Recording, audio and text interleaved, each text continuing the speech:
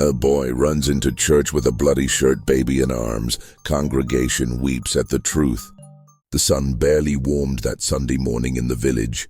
The dirt streets were silent, except for the distant echo of the bells of San Esteban Church, calling the faithful as they did every week. It was a small place with low houses and peeling walls, where everyone knew each other, and the days passed without much noise. Inside the church, the air smelled of spent candles and damp clothes from the people arriving straight from the fields. The wooden pews creaked under the weight of the bodies, and the voices of the 30 or so souls filling the space blended into a tired murmur as they followed the mass. Father Miguel, a skinny man of about 60 with gray hair and trembling hands, stood at the altar. His eyes, hidden behind scratched glasses, looked at the congregation with a mix of habit and exhaustion. He'd been in that village for 30 years, watching the same people be born and die, and almost nothing surprised him anymore. He raised the chalice with the wine, murmuring the words of consecration. "Take this and drink from it." "Amen," the people responded, more out of reflex than faith. Doña Clara, an elderly woman with white hair pulled into a tight bun, sat in the front pew as always. She prayed with a rosary between her fingers, her lips moving quickly as she stared at the crucifix hanging behind the altar. Beside her, Don Raúl, a burly carpenter with calloused hands, scratched his beard and yawned. In the back pews, a couple of small children played with pebbles they'd brought from the courtyard, while their mothers scolded them in whispers. "Shh, be still, we're in God's house," one said, pinching her son's arm. "Ow, Mom." "That hurts," the boy complained, but he lowered his head. Everything was routine, a Sunday like the hundreds that had come before. No one expected anything to break the calm. But then, just as Father Miguel raised the host with both hands, a loud bang shook the church's wooden door. The sound echoed like thunder, and heads turned instantly. Some frowned, others straightened in their seats. "What was that?" Don Raúl muttered, looking back. Before anyone could answer, the door burst open, slamming against the wall with a dry creak. Cold air rushed in from outside, snuffing out a couple of candles on the altar. And there, in the doorway, appeared Tomás. He was a scrawny boy, 12 years old, with black hair plastered to his forehead by sweat. His sneakers were caked with mud, squeaking against the stone floor as he ran down the central aisle. He wore a cheap gray t-shirt, but what made everyone full silent was the blood. His shirt was soaked, a dark red spreading from his chest down to his elbows. In his trembling hands, he carried something wrapped in a dirty old blanket, something that moved faintly, as if alive but weak. "Father! Father, help me!" Tomás shouted, his high-pitched voice cutting through the silence. Father Miguel dropped the host. It rolled across the altar and fell to the floor, but he didn't notice. His eyes widened so much that his glasses nearly slipped off his nose. The chalice shook in his hands, and the wine spilled, splashing the white cloth with red stains that looked like an omen. He stumbled down from the altar, his cassock catching on his legs. "What's wrong, son? What are you carrying there?" he asked, but his voice came out hoarse, as if he already knew he didn't want the answer. Tomás reached the front, panting so hard he could barely speak. His knees wobbled, and the blood from his shirt kept dripping, forming a small puddle on the floor. The congregation stood, some craning their necks to see, others covering their mouths. Doña Clara dropped her rosary, which clattered to the ground, and Don Raúl stepped forward, fists clenched. "It's a baby!" a woman shouted from the back, pointing at the bundle in Tomás's arms. And then they all saw it. The blanket slipped a little, revealing a tiny head, pale as wax, with closed eyes and dried blood crusted at the corner of its lips. It was a baby, no more than a month old, still, too still. A faint whimper escaped its mouth, barely audible, then nothing. "My God!" Doña Clara cried, clutching her chest. "It's hurt." "Call someone, quick!" Don Raul yelled, looking around as if expecting someone to have a magic phone in that village where there was hardly any signal. Father Miguel knelt in front of Tomas, shaking so much he looked like he might collapse. He reached for the baby but didn't dare touch it yet. He looked into the boy's eyes, those big dark eyes full of tears and something else, something the priest couldn't name. "Tomas, what happened?" he asked, almost in a whisper. "Where did you come from? What happened to the little one?" Tomas swallowed hard. His chest heaved up and down fast, as if he couldn't get enough air. He looked at the baby, in his arms, then at the priest, his face covered in sweat and fear. "It's my brother," he said at last, and his voice broke like glass. "They killed him." The silence lasted a second, then the church exploded. The women began to cry out loud, covering their faces with their hands. The men muttered curses, some banging their fists on the pews.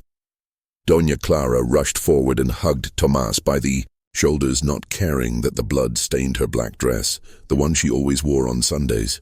"Oh, my boy," she sobbed, rocking back and forth. "Who did this? Who could do this to a little angel?" Tomas didn't answer. His legs gave out and he crumpled to the floor with the baby still pressed to his chest.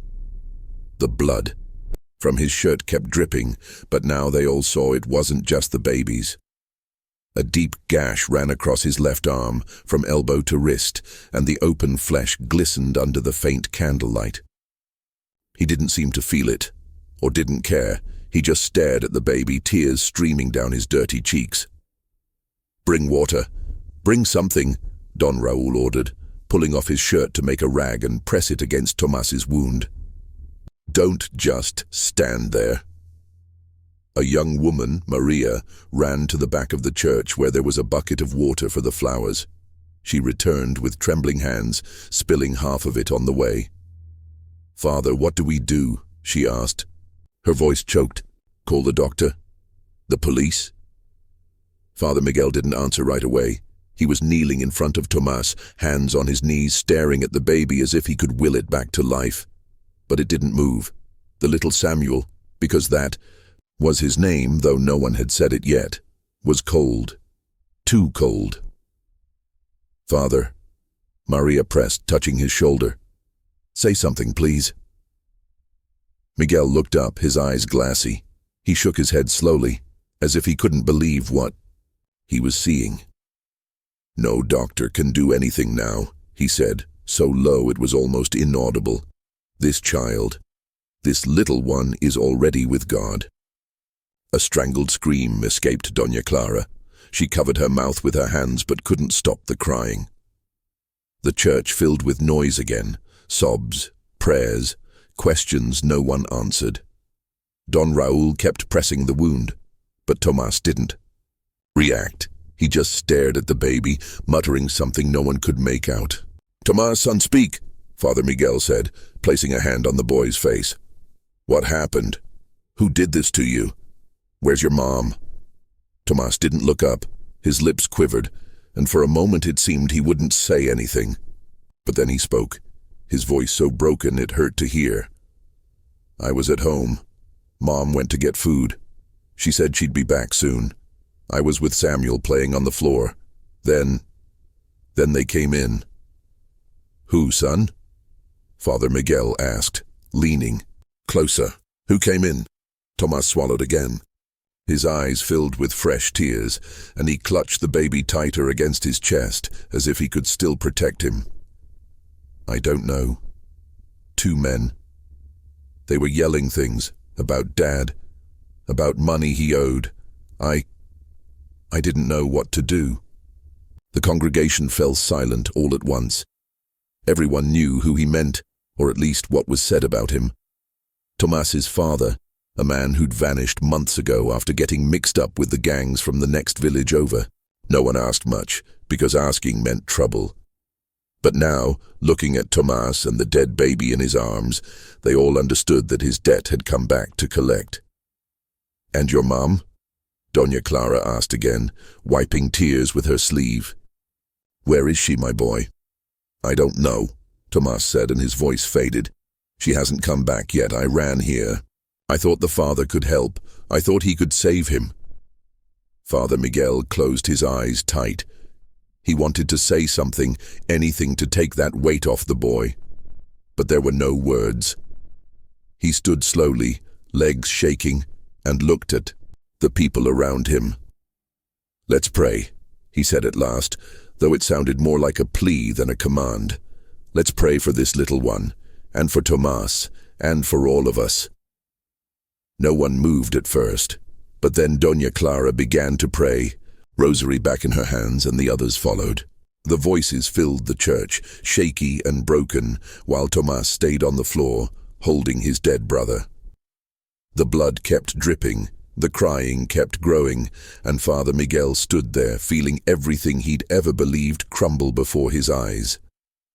The air inside San Esteban Church had turned thick, as if the pain of everyone had stuck to the stone walls and the old wooden ceiling.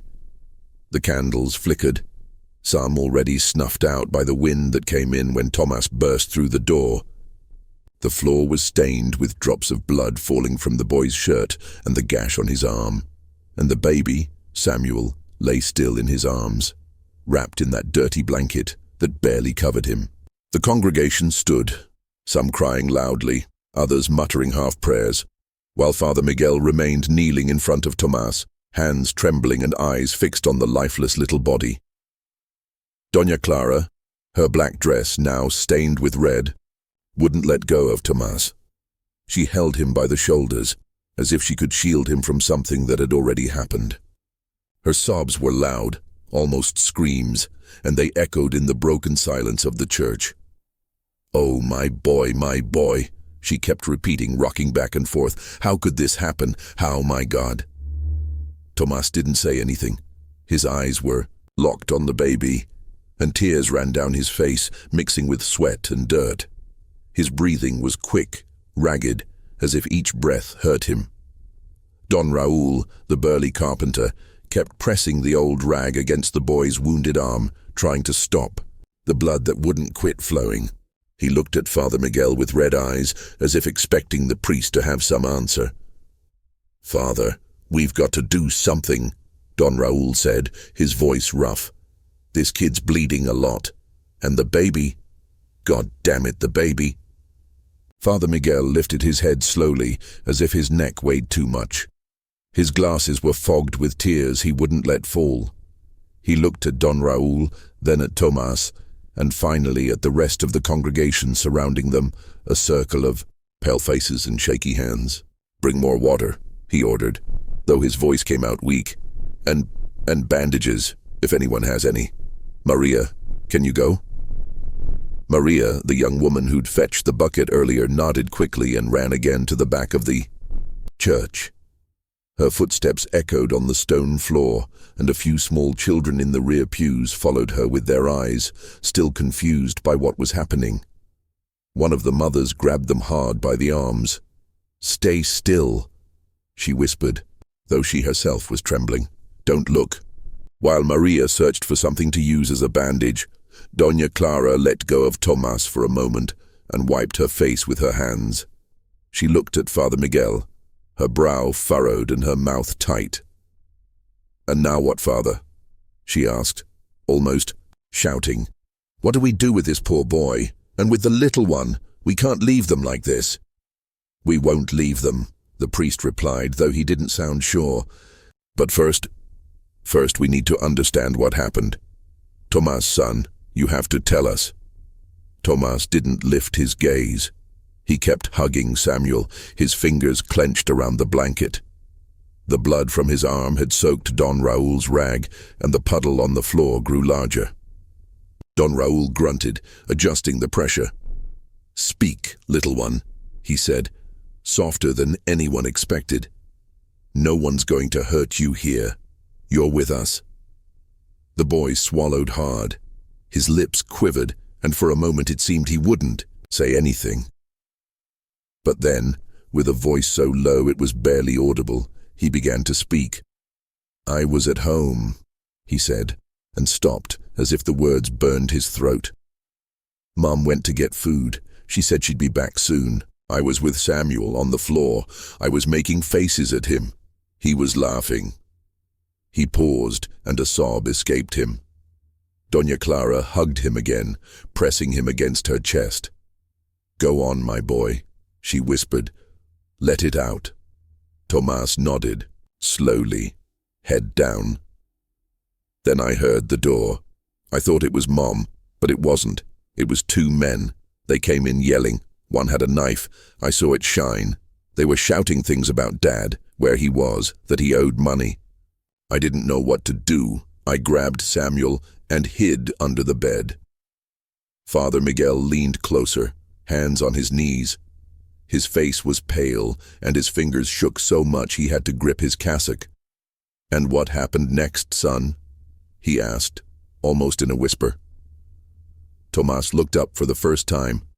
His eyes were red, swollen, and there was a fear in them that made everyone freeze. "They found us," he said, and his voice cracked.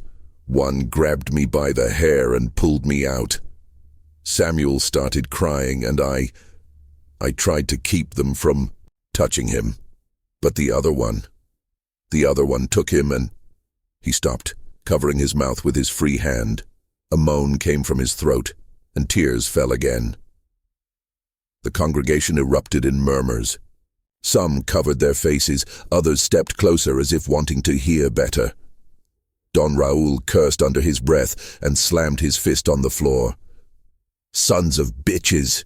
he shouted, his voice booming off the walls. "Who were they, Tomás? Tell us who they were."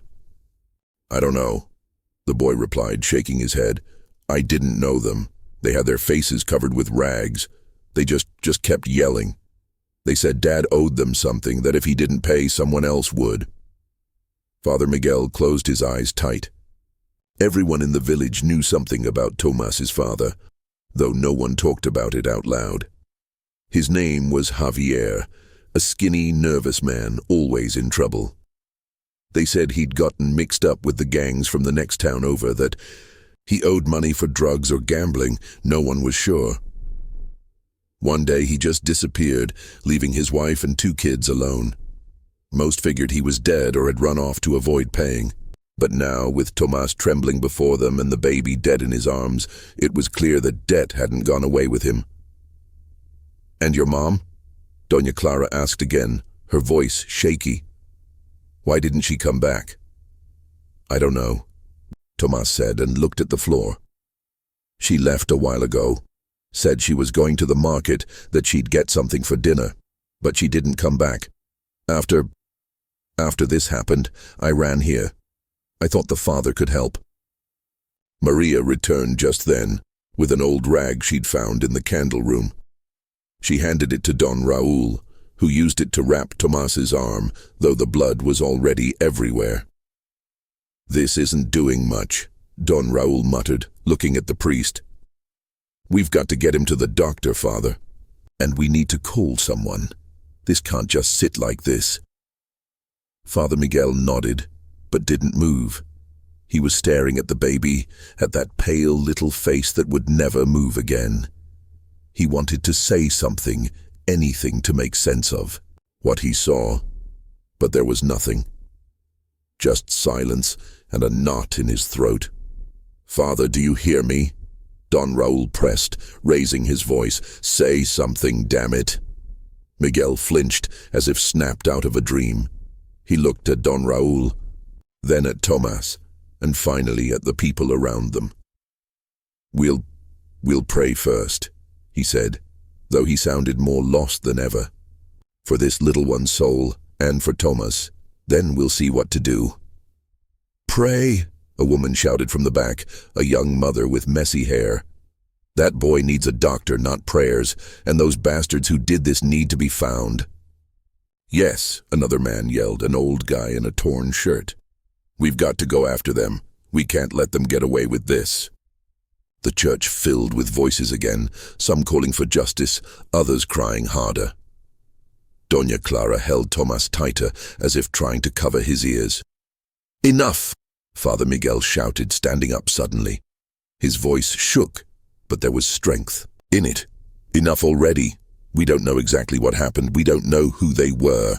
First, we need to take care of Tomas. Then we'll see. The people quieted, though not completely. The murmurs continued and glances darted around, full of anger and fear. Don Raul sighed, looking at the soaked rag on Tomas's arm. "Fine, Father," he said, calmer, "but someone's got to go for help. I'm not moving from here until this kid's okay." "I'll go," Maria said, standing up fast. "I'll run to Don Pepe's house. He's got a phone. I can call the doctor or the police." "Go," Father Miguel replied, nodding, "but be careful, Maria, and come back quick." Maria dashed out the door, and the sound of her footsteps faded into the air. The church settled into an odd silence, broken only by Doña Clara's sobs and Tomas's panting. The boy stayed on the floor, Samuel in his arms, and though he didn't say more, everyone could see the weight in his eyes. "Why, Father?" Tomas asked suddenly, looking up. "Why did this happen? Why Samuel?" The priest knelt before him again. He wanted to give an answer, something to comfort him, but he didn't have it. He just put a hand on the boy's shoulder and shook his head. "I don't know, son," he said, voice breaking. "I don't know." Tomas didn't reply. He looked back at the baby, and the tears kept falling. Silent, as the congregation surrounded them, waiting for something no one could give. Here's the English translation of Chapter 3, rewritten exactly as the original Spanish version, maintaining all details, dialogues, and events without any changes. The tone, pacing, and realism remain intact, just transposed into English. Chapter 3, The Mother's Pain. San Esteban Church was steeped in a silent chaos. The air smelled of blood, sweat, and burnt wax, and the candles still burning barely managed to light the pale faces of the congregation. Tomas remained on the floor, with little Samuel in his arms, his grey shirt soaked with red and the gash on his arm dripping slowly. Doña Clara held him tight, crying against his shoulder, while Don Raul kept pressing the old rag against the boy's wound, grunting each time the blood kept seeping through. Father Miguel was kneeling in front of them, hands trembling and eyes fixed on the baby, as if still searching for a miracle that wouldn't come. Maria had run off a few minutes ago, promising to bring help from Don Pepe's house, the only place in the village with a phone that sometimes worked. The church door stood open, and cold wind blew in gusts, making the candle flames quiver. The people were on their feet, some in small groups, others alone in the pews, muttering among themselves or praying quietly. No one knew what to do, but no one left. It was as if they were all trapped in that moment, waiting for something to tell them how to move forward. Doña Clara let go of Tomas for a second to wipe her face with her sleeve. Her eyes were swollen, and her voice came out, hoarse from so much crying. "Father, what if Maria doesn't find anyone?" she asked, looking at the priest with desperation. "This boy needs a doctor now. Look at him, he's white as paper." Father Miguel lifted his gaze, blinking as if he'd just woken up. He looked at Tomas, trembling on the floor, and then at the blood-soaked rag Don Raul held. "You're right, Clara," he said, nodding slowly. "But Maria's fast. If Don Pepe's home, she'll get help. We just have to wait a little." "Wait?" a voice shouted from the back. It was Rosa, a young mother with messy hair and her own baby in her arms, who'd been quiet until now. "That kid's bleeding like a pig, Father. And the other one? The other one's already dead. What are we waiting for? For him to bleed out too?" The church filled with murmurs again. Some nodded, others lowered their heads. Don Raul turned to Rosa, eyes narrowed. "Shut up, woman," he growled. "Can't you see we're doing what we can? If you've got a better idea, say it, but don't just stand there yelling like a mad woman." Rosa clutched her baby tighter against her. Chaston stepped back, but she didn't stay quiet. "I'm saying what I see," she shot back, lifting her chin. "That boy needs more than prayers and old rags, and where's the mother? Someone's got to go look for her." Father Miguel raised his hands, trying to calm them. "Enough," Please, he said, his voice louder than it had been so far. We don't know where Tomas's mother is. He said she went to the market, but we can't go looking for her now. First, we have to take care of him. Tomas looked up when he heard that. His eyes were glassy, and his mouth quivered as if he wanted to say something. Doña Clara noticed and stroked his hair, matted with sweat and blood. "What's wrong, my boy?" she asked, gentle. "Do you know something about your mum?" "No," Tomas murmured, shaking his head. "She left a while ago. Said she was going for food, that she wouldn't be long, but she didn't come back. And then those things happened." A heavy silence fell over the church. Everyone knew who Tomas's mother was. Anna, a thin, quiet woman who always walked with her head down. Ever since Javier, her husband, had left, she barely spoke to anyone. She worked cleaning houses when she could and raised her 2 boys alone in a little adobe house on the edge of the village. The thought that she was out there, not knowing what had happened, made several people's chests tighten. What if something happened to her too? A small voice said from a pew. It was Lucia, a 15-year-old girl who always helped clean the church after Mass. What if those men found her? "Don't say that," Doña Clara snapped, turning to her with wide eyes. "Don't talk about misfortune, girl, we've got enough already." "Clara's right," Father Miguel chimed in, standing with effort. "We don't know anything yet. We can't start imagining things. Tomas said she left before those men showed up. She might be fine. Maybe she just got delayed." "Delayed?" Don Raúl grunted, adjusting the rag on Tomas's arm. "In this village where everything's 2 steps away? That doesn't add up, Father. Something's off." The priest didn't reply. He ran a hand over his face, wiping the sweat trickling down his forehead. He looked at Tomas again, still clinging to Samuel as if letting go would mean losing him forever. "Tomas, son," he said, kneeling once more. "Are you sure your mom left before? Did you hear anything strange before those men came in?" Tomas frowned as if trying to remember. His breathing was faint and each word seemed to cost him more. I don't know," he said finally. "I was playing with Samuel. The door was closed. Mom told me not to open it for anyone. Then she left, and everything was quiet. Until I heard the yelling." "Yelling?" Don Raúl asked, leaning toward him. "What yelling? From the men?" Tomas nodded slowly. "They were yelling from outside first. They said, open up or we'll drag you out." I got scared and grabbed Samuel. I hid under the bed. But they came in anyway. The church filled with whispers again. Some exchanged looks, their faces full of fear and anger. Rosa stepped forward, still holding her baby. "What if they were after Anna too?" she said, quieter this time. "What if she didn't make it to the market because they got her first?" "Enough with that," Doña Clara shouted, standing up. "Stop making things up. We don't know anything yet. All we know is this poor boy's here, hurt, and his little brother. His little brother."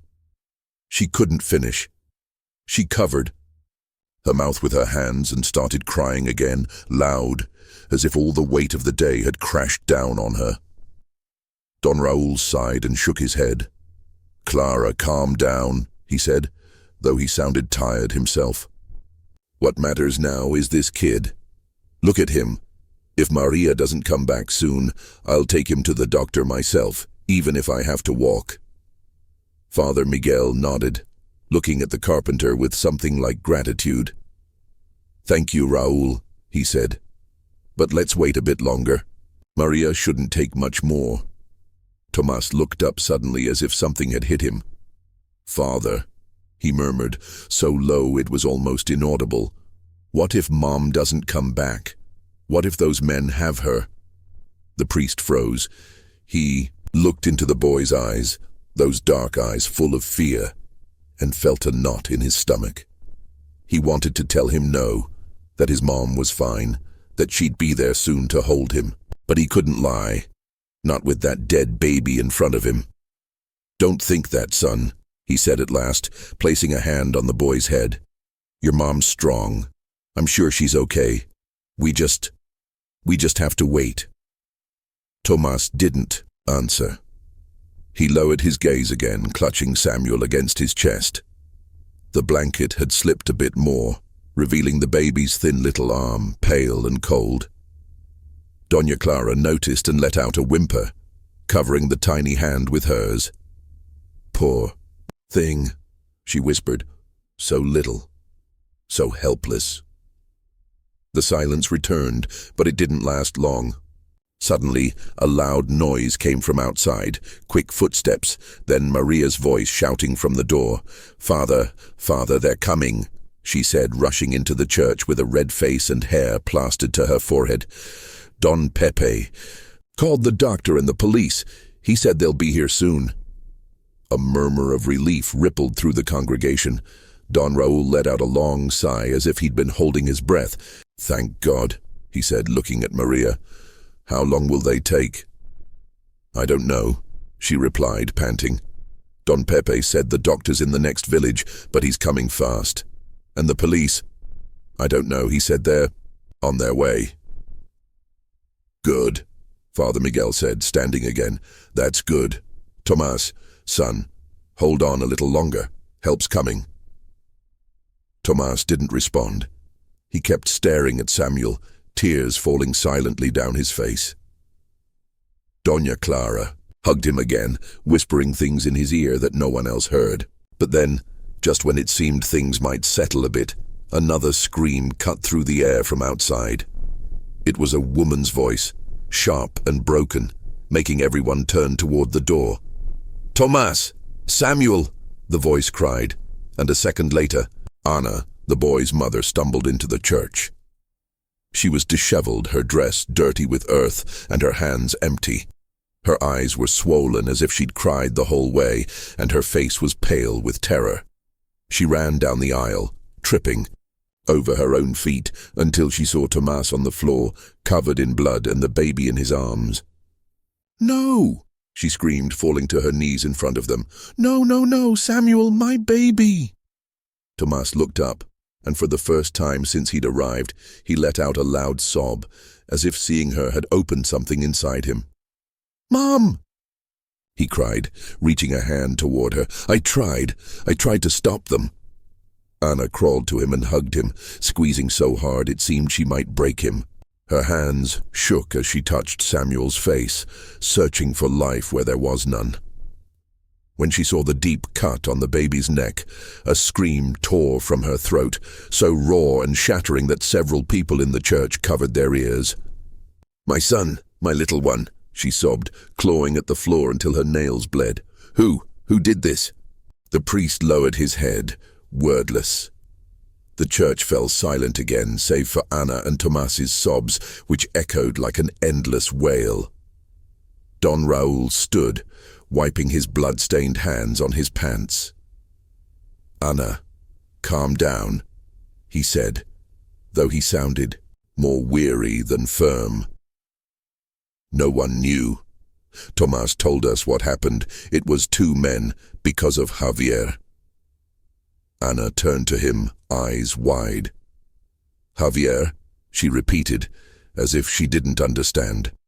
"What does Javier have to do with this? He's gone. He left months ago." "They said he owed money," Tomas murmured, looking up from his mother's chest. "That's what they were yelling, that someone had to pay." Anna froze. She looked at Tomas, then at Samuel, and finally at Father Miguel, as if searching for an explanation. But there was nothing to say. She fell to her knees again, hugging her 2 boys, one alive and one dead, as the congregation surrounded them, crying with her.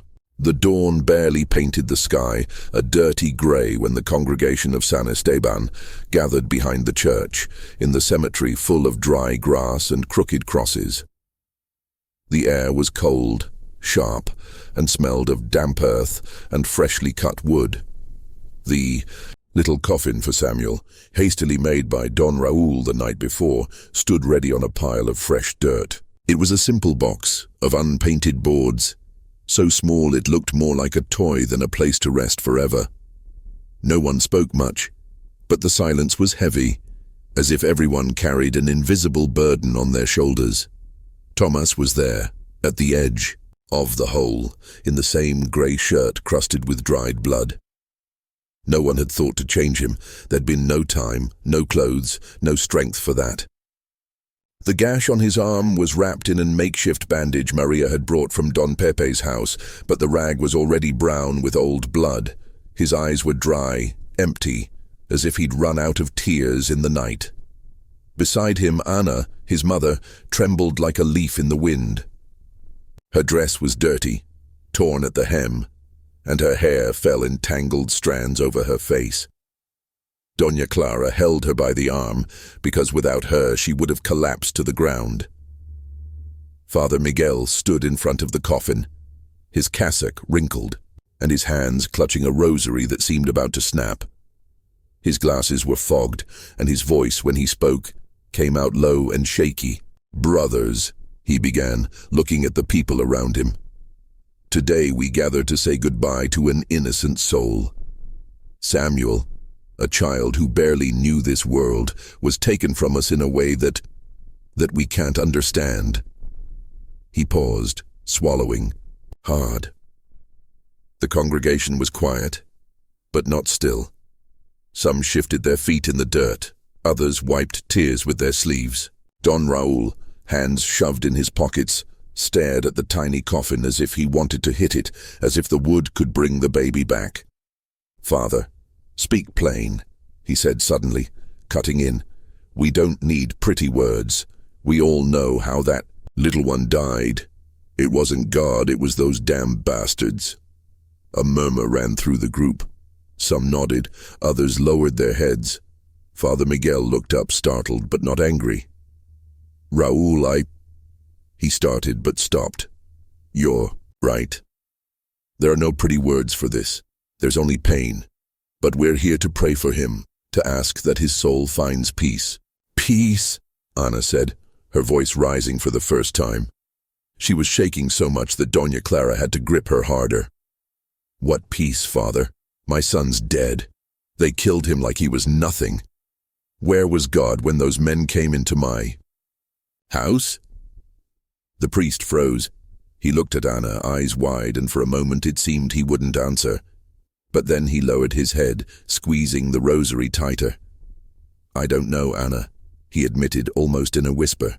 "I don't have answers. I can only say I'm sorry. That we're all sorry." Anna let out a moan, as if those words had hurt her more than the silence. She pulled free of Doña Clara and fell to her knees beside the coffin, touching the, wood with trembling hands. "Samuel," she screamed, pounding the box. "My baby, forgive me, son. I shouldn't have left you. I shouldn't have gone out." Thomas took a step toward her but didn't reach her. He stood there, arms hanging at his sides, staring at the coffin, as if he didn't understand what was happening. Doña Clara knelt beside Anna, stroking her back. "Anna, my girl, don't do this to yourself," she said soft. "It wasn't your fault. No one knew."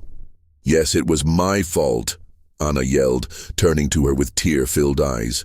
"I left him. I went to the market for food because we had nothing. I thought they'd be okay. Tomas always took care of him." Tomas looked up when he heard his name. His lips quivered, and for a second it seemed he'd say something, but he didn't. He just stood there, gaze lost. "Anna, stop," Don Raul said, stepping forward.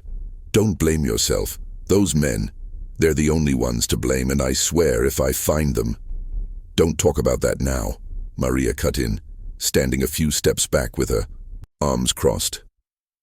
"It's not the time, Raul. Let them say goodbye to the little one in peace." Don Raul grunted but didn't say more. He turned and kicked a rock, sending it flying against an old cross. The congregation kept watching, some crying quietly, others muttering prayers. Father Miguel took a deep breath and raised his hands. "Let's pray," he said, firmer this time, "for Samuel, for Anna, for Tomas. May the Lord be with them in this pain." He started the Our Father and the voices joined in, shaky and uneven.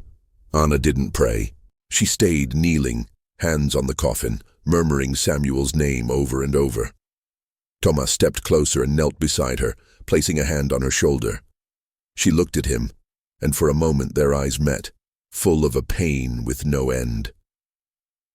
"Mom," he whispered, so low it was almost inaudible. "I tried. I swear I tried." Anna hugged him suddenly, squeezing him against her chest as if she wanted to pull him inside her. They cried together, a tangle of arms and sobs next to the coffin. The congregation finished the prayer, but no one moved. They all watched, hearts tight, as the wind kept blowing cold through the tombstones. Father Miguel stepped to the hole and took a handful of dirt. He let it fall over the coffin, and the dry sound made Anna scream again. "No!" she shrieked, reaching out as if she could stop it. "Don't cover him! Don't take him from me!" "Anna, please," Doña Clara said, grabbing her by the shoulders. "He needs to rest. Let him go, my girl." "I can't," Anna sobbed, struggling against her. "He's my son, my little one." Tomas stood up suddenly, staggering. He looked at Father Miguel with red eyes and a face streaked with tears. "Father, is he in heaven?" he asked, voice breaking. "Is Samuel with God now?" The priest looked at him, caught off guard by the question. He wanted to say yes, that the baby was at peace, but the words stuck. He swallowed hard and nodded slowly. "Yes, son," he said at last. "Samuel's with God. He's not suffering anymore." Tomas didn't reply. He looked back at the coffin and stood still, as if those words didn't comfort him. Don Raúl stepped to the hole and took another handful of dirt, letting it fall with a dull thud. "Rest, little one," he murmured, his voice softer than anyone expected. One by one the others did the same. Maria, Rosa, Lucia, even the small children, who'd come with their mothers. Each handful of dirt was a goodbye, and each sound made Anna tremble more. When the coffin was nearly covered, she collapsed completely, falling onto the dirt mound with her hands spread wide. "Samuel," she screamed, clawing at the ground, "come back to me, please." Doña Clara lifted her with Maria's help, though Anna kept fighting, weak but desperate. Tomas stayed standing, staring at the hole, fists clenched at his sides. "Anna, come on," Doña Clara said, gentle but firm. "Come with me. You can't stay here." "I don't want to go," Anna replied, voice shattered. "I don't want to leave him alone." "He's not alone," Father Miguel said, stepping closer. "He's with God, Anna, and we're with you." She looked at him, eyes full of rage and tears. "With me," she repeated, almost spitting the words. "Where were you when they killed him? Where were you, Father?" The priest lowered, his head no answer to give. The congregation fell silent and the wind filled the void, whistling through the crosses. Don Raúl stepped forward, face hard. "Anna, it's not fair to blame the father," he said. "No one knew. But I promise you, this isn't over. Those men will pay." "I don't care," she shot back, turning to him. "Nothing brings my son back. Nothing." Tomas looked up suddenly, staring at Don Raúl. "Are you going to find them?" he asked, voice trembling but with something new, something hard. "The ones who did this?" Don Raúl met his gaze, and for a second it seemed he'd say something big, but then he just nodded. "Yes, little one," he said. "We'll find them." "Don't say that in front of the boy," Maria interjected, frowning. "It's not the time to talk about revenge." "And when is the time?" Don Raúl growled, turning to her. "When they kill someone else, this can't go on." "Enough!" Father Miguel shouted, raising his hands. "Not the place. Not the day." "We're here to say goodbye to Samuel, not to fight." The argument died down, though the looks remained heavy. Ana let Doña Clara lead her away, walking slowly toward the church. Tomás followed, shoulders hunched and hands in his pockets. The congregation began to scatter, some lingering a bit longer by the hole, others heading back to the village in silence. Father Miguel stayed alone by the dirt mound. He looked at the spot where they'd buried Samuel, then at the grey sky. That promised nothing. He pulled the baby's blanket from under his cassock. He'd kept it after the police took it from Tomás, and pressed it to his chest. "Forgive me, little one," he murmured, voice breaking. "Forgive me for not being able to do more." The wind carried his words away, and the cemetery stood empty, save for the distant echo of Ana's sobs still ringing from the church.